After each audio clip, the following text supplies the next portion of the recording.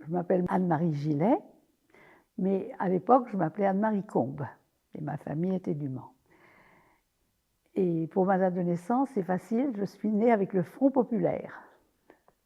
Donc j'aurai 88 ans à la fin du mois. À cette époque-là, on avait peu de contact avec les voisins. J'ai l'impression qu'on revivait volontiers fermé sur son cercle familial. Parce que je n'ai pas souvenir qu'on voyait tellement les voisins. À part une famille qu'on connaissait bien et qui avait d'ailleurs accueilli un peintre polonais et qui était plus ou moins caché. Sa femme avait disparu à Drancy. Bon. Mais sinon, c'était une vie de province, tout ce qu'il y a de plus simple. Hein. Donc, je me souviens des bombardements quand on allait quand il y avait un bombardement, on se précipitait dans le fond du jardin, dans la cabane à poules, parce que mon père disait que si une bombe tombait, il préférait qu'elle nous tombe tout de suite dessus que d'aller être écrasé dans notre cave qui n'aurait pas tenu le coup. Donc voilà, j'emportais mon bébé, mon gros poupon, car je ne l'aurais pas laissé, non, sous les bombes, et puis on allait se réfugier là, le temps que ça passe. En vérité, mon père continuait à travailler au Mans et on s'était exilé dans une petite maison à Spey.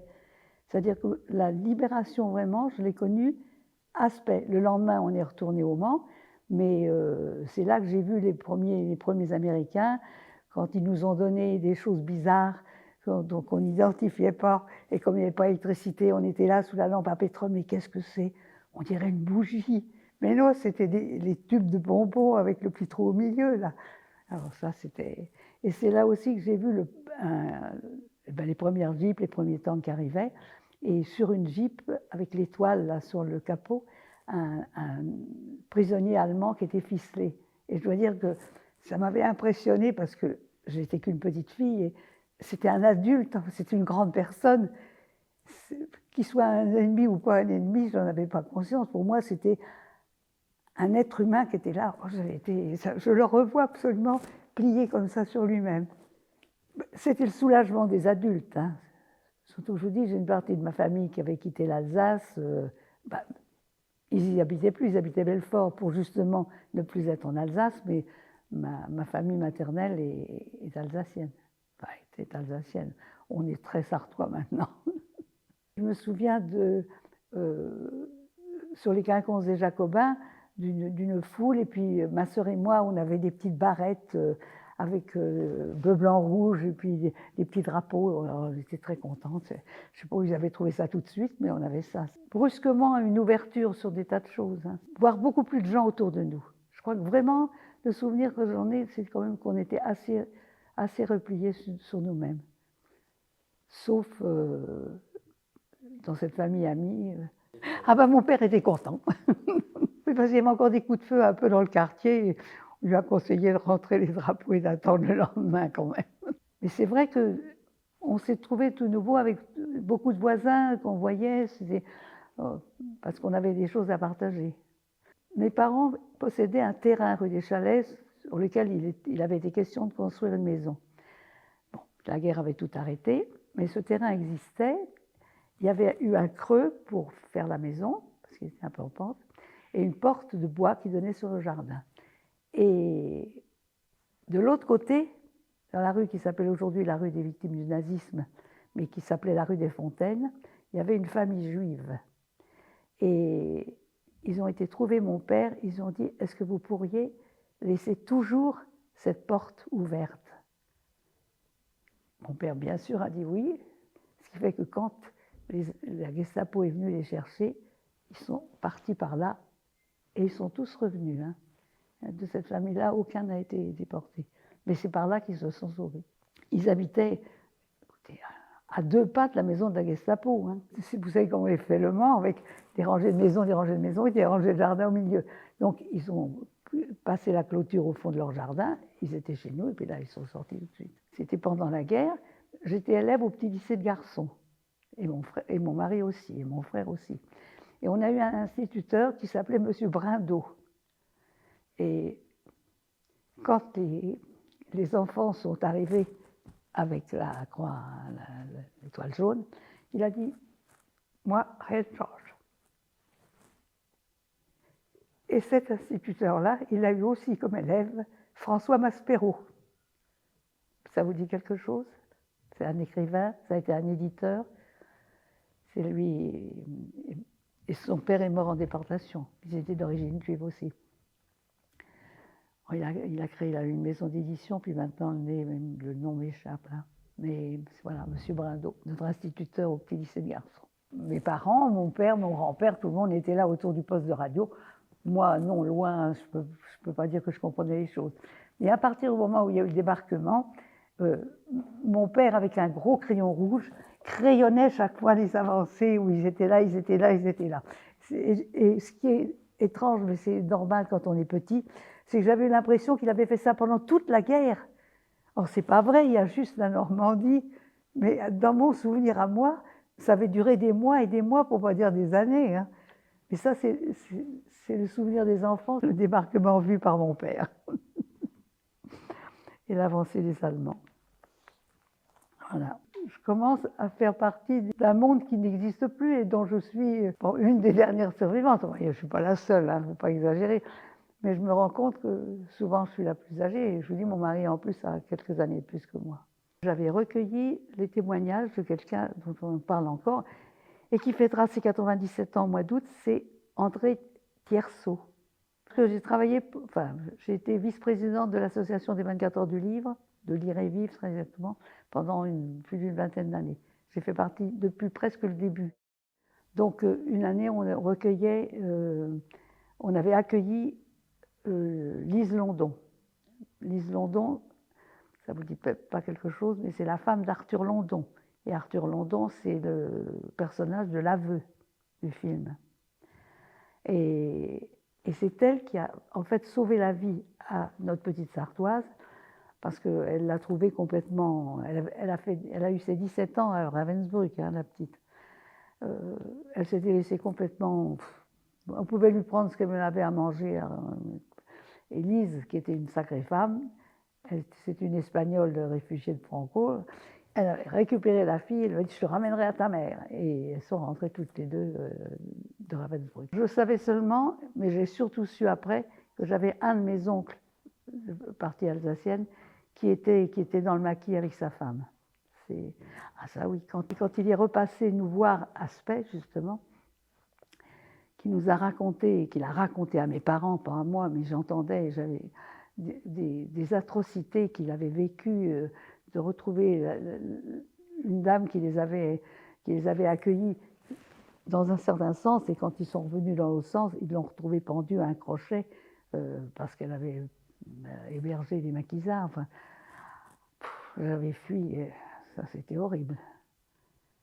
Mais sinon, non, au Mans, moi je n'avais pas conscience de ça du tout. Même si j'avais mon oncle médecin à la Suze, qui lui, il ne s'est jamais considéré comme un résistant, mais il a beaucoup aidé les maquisards en tant que médecin, à les soigner quand on avait besoin. Mais ça, on ne l'a su qu'après, parce qu'évidemment, ouais. Il a d'ailleurs une rue au Mans, non à la Suze, rue du Docteur Combe. La radio, il ne fallait pas l'écouter, enfin, on ne disait pas la radio, on disait le poste. Il ne fallait pas écouter le poste trop fort, ça oui. Ma mère se bagarrait pour arriver à trouver à manger. Et mon père avait sa petite culture de tabac dans le jardin. Et le drapeau dans le grenier. Mais quand on habitait à la maison, je crois, mais ils étaient mités, ces drapeaux. Je ne sais pas en quoi ils étaient, c'était... Est-ce qu'ils venaient du magasin? Parce que ce n'était pas des drapeaux pour une maison, c'était plutôt pour... C'était vraiment cette taille-là. Hein. Quand l'avion a passé juste au-dessus du mur de nos voisines, j'ai eu très peur, mais je peux vous jurer qu'il n'a sûrement pas passé au-dessus du mur. Et pourtant, je pourrais presque vous dire que je l'ai vu, cet avion. Il était grand comme ça. Et j'étais me cacher dans le placard. Mais c'est ahurissant parce que vraiment, je le vois encore. Or, oui, c'est quand on était dans le poulailler, puis qu'on voyait les chapelets de bombes qui tombaient. Mais enfant, on n'a pas conscience. Enfin, peut-être que mes parents étaient suffisamment calme pour ne pas qu'on meure de peur, mais je n'ai pas de souvenir d'avoir été effrayée, sauf cet avion qui a passé vraiment trop près. Mais sinon, bah non, la vie, elle était là.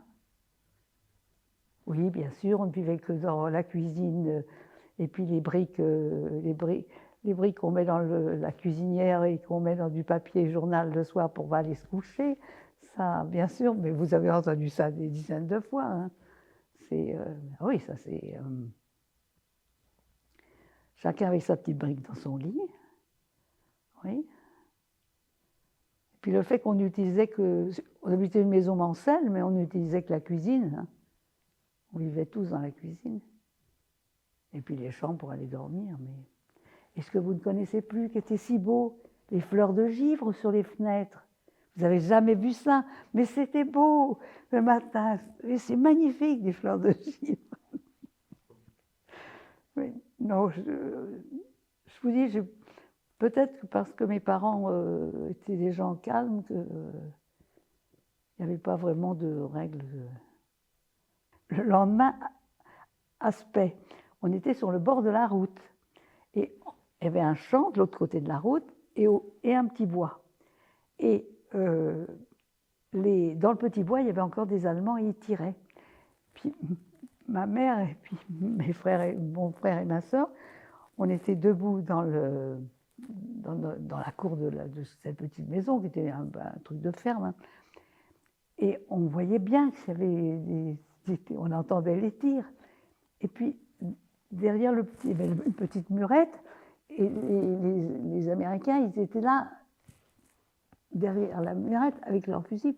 Et nous, on était debout dehors, comme ça, à regarder. Ils sont aperçus comme... C'est vous dire qu'on peut ne pas avoir conscience du tout des choses. On regardait, nous. Oui, on entendait bien qu'il y avait des coups de fusil en bas. Mais même ma mère, elle avait même pas... Non, alors c'est... Oh, voilà, c'est mes souvenirs de guerre. Un enfant n'a pas forcément conscience ni de la résistance, ni quoi que ce soit. Enfin, chez nous, en tous les cas. Parce que des Tierceau dont je vous parle, elle avait 15 ans, elle, quand elle a commencé avec son père, avec son grand-père, sa mère, à porter des tracts. Hein. Qu'est-ce qu'elle a pu... dans son petit panier, là, avec son petit sac, elle faisait ses nattes, elle était blonde, elle faisait 2 nattes, puis partait sur son petit vélo. Puis elle allait apporter des petits papiers qu'elle avait dans son gant. C'est... ouais. Oh, mais on en reparlera sûrement. Il y a eu un article dernièrement dans les journaux, mais pour son anniversaire, sûrement il y aura aussi quelque chose, parce qu'elle est partie, elle était à la prison des archives, et puis après ça, l'Allemagne. Dans le quartier, il y a une bombe qui est tombée sur une maison, et elle n'a pas éclaté. Elle n'a pas éclaté, ça vaut mieux d'ailleurs, parce qu'elle est tombée dans la fosse d'Aisance. Enfin, et c'était un curé qui habitait là, et puis à cette époque-là, il fallait les vider, les fosses. Hein. Il y avait une machine spéciale qui venait avec une pompe. On avait ça chez nous aussi. Donc la bombe est tombée dans la fosse d'Aisance, et là, comme elle était pleine, eh ben, elle n'a pas éclaté, et ça valait mieux pour tout le monde autour d'ailleurs.